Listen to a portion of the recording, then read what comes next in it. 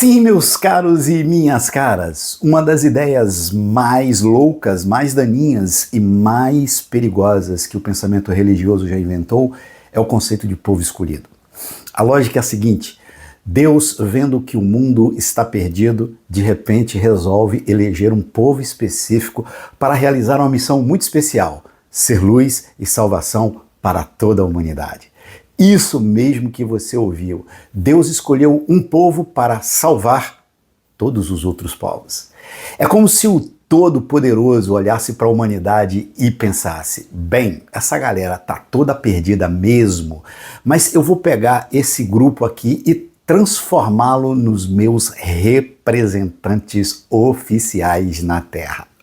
Mas aqui é que está o problema. Quando alguém se coloca como escolhido, automaticamente faz do outro ou dos outros não escolhidos. E essa simples divisão, essa linha imaginária entre nós, os salvos escolhidos, e eles, os perdidos, é responsável por mais sofrimento, mais guerra, mais ódio na história da humanidade do que qualquer outro conceito que eu consiga pensar aqui de imediato. E o mais bizarro é que essa ideia não só existe, como virou fundamento para algumas das mais fortes e influentes religiões da humanidade. O Segunda Opinião dessa semana vai dissecar essa loucura coletiva de povo escolhido. E já que estamos falando de escolhidos, que tal você escolher se inscrever neste canal e ainda por cima ativar o sininho para saber todas as vezes que a gente posta vídeos? Porque olha, se Deus realmente quisesse escolher um povo, provavelmente seria o povo que assiste nossos vídeos. Então clica aí e faça parte da nação eleita do Segunda Opinião. Pelo menos aqui a gente admite que tudo isso é piada, ironia ou loucura. Aí, produção, solta a vinheta.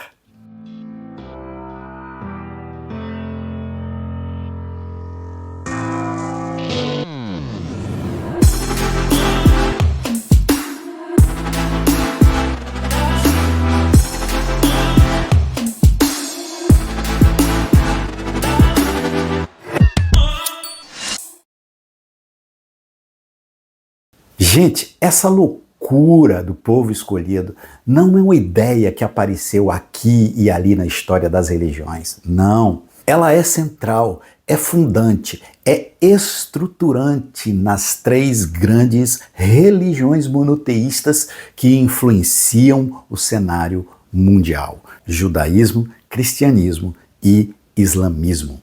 Ou seja, estamos falando de bilhões de pessoas que de uma forma ou de outra cresceram ouvindo que fazem parte de um grupo especialmente selecionado por Deus para alguma missão cósmica. E olha, antes que alguém venha me dizer que eu estou exagerando ou tirando as coisas do contexto, vamos aos fatos. Essa ideia de povo escolhido não é uma interpretação livre ou uma distorção moderna. Ela está literalmente escrita preto no branco nos livros sagrados. No judaísmo original, a coisa era bem clara. O povo escolhido era uma questão étnica, tribal. Você nascia judeu, era descendente de Abraão e por linhagem sanguínea fazia parte desse grupo ou clube fechado de povo escolhido de Deus por nascimento, hein? Aí chegaram os cristãos e falaram: peraí, galera, essa história de escolhido por nascimento não faz sentido. Afinal de contas, dizem os cristãos, Jesus veio para todos. E o que é que essa ideia fez? O que os cristãos fizeram? Pegaram o conceito de povo escolhido e o democratizaram. Paulo de Tarso virou para os não-judeus e disse: vocês também podem ser povo escolhido, basta aceitar Jesus como seu Salvador. Para os cristãos, o povo escolhido deixou de ser étnico e virou confessional. Se você abandonar sua tradição religiosa, o seu caminho religioso, sua referência religiosa e se entregar a Jesus, você se tornará, para os cristãos, a nação eleita, o povo escolhido, o grupo a iluminar e a trazer luz para todos os outros povos. Mas os muçulmanos não ficam longe dessa loucura, não. Eles olharam para os judeus e cristãos e pensaram: vocês tiveram uma chance e desperdiçaram. Vocês receberam revelações divinas, mas vocês as corromperam. Então, Alá escolheu uma nova comunidade, a Ummah, para ser a guardiã final da verdade divina. Na perspectiva muçulmana, é como se Deus tivesse passado por 2 gerações de filhos até encontrar uma que realmente fosse a de alta estirpe. Portanto, cada tradição monoteísta não só se vê como escolhida, mas também como a versão corrigida e melhorada das anteriores. É uma espécie de escalada de superioridade religiosa. Mas agora, colocando o meu chapéu de psicanalista, eu vou mostrar para vocês o que eu vejo por essa lente analítica quando eu olho para essa história toda, essa ideia de povo escolhido. Essa concepção de eleição divina, na minha perspectiva, nasce quase sempre a partir de um trauma coletivo. Espera aí que eu te explico. É como se fosse um analgésico existencial para povos que apanharam muito da vida. Vem comigo. Você está sendo perseguido, escravizado, expulso da sua terra. Nessa hora, 2 coisas podem acontecer. Ou você entra em desespero total, ou você cria uma narrativa que dá sentido a todo o sofrimento coletivo pelo qual o seu povo passa. E olha só o padrão. O judaísmo surge da escravidão no Egito e perseguições milenares. O cristianismo nasce como seita marginal perseguida por Roma. O islamismo brota de tribos árabes desprezadas pelos grandes impérios. Em todos os casos, a narrativa da eleição funcionou como um salva-vidas psicológico. Estamos sofrendo não porque somos fracos, mas porque Deus nos escolheu para uma missão especial. Num certo sentido, essa é uma ideia genial, porque transforma a vítima em protagonista cósmica. A eleição divina é uma estratégia de sobrevivência psíquica. Não somos apenas mais um povo perdido na multidão da história. Deus tem um plano para a gente.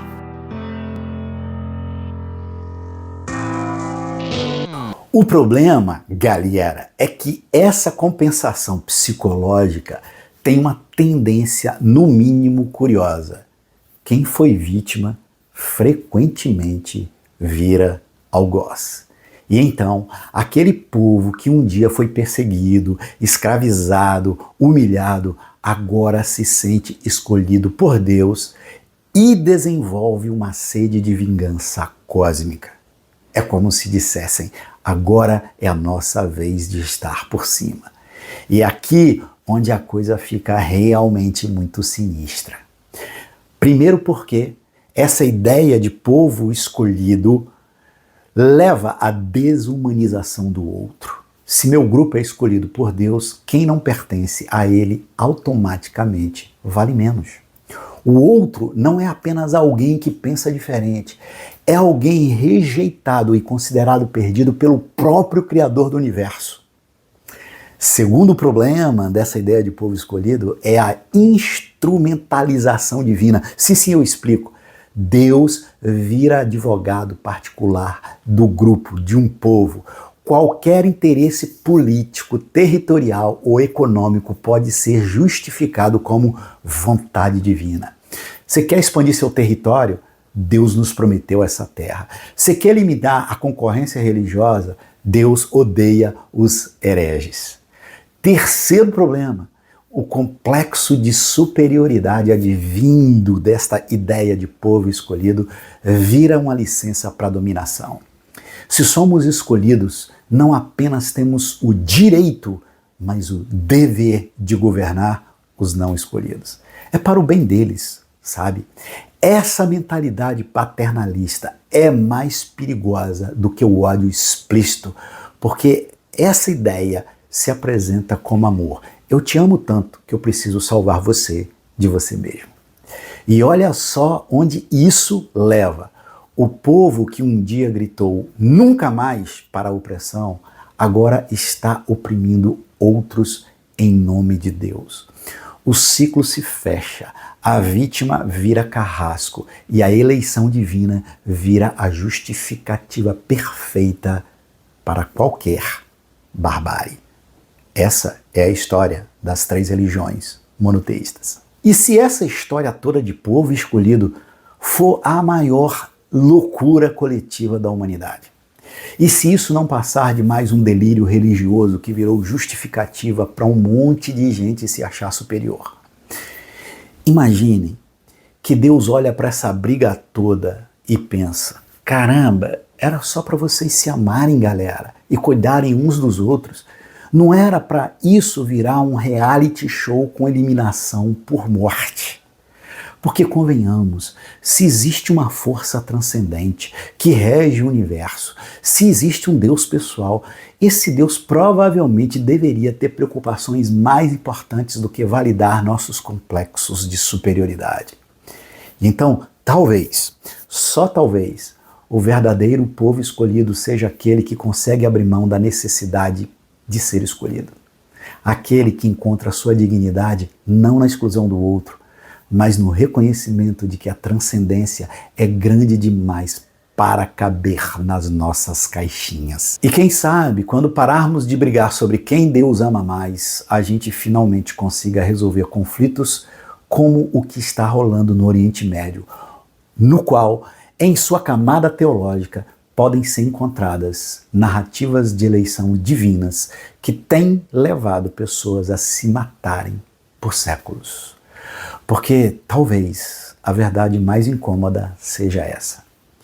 E se formos todos igualmente amados? Ou melhor, e se formos todos igualmente irrelevantes? Então, da próxima vez que você se sentir tentado a se achar especial por causa da sua crença, porque pertence a um determinado grupo religioso, lembra que provavelmente tem mais 2 bilhões de pessoas pensando a mesma coisa sobre elas mesmas.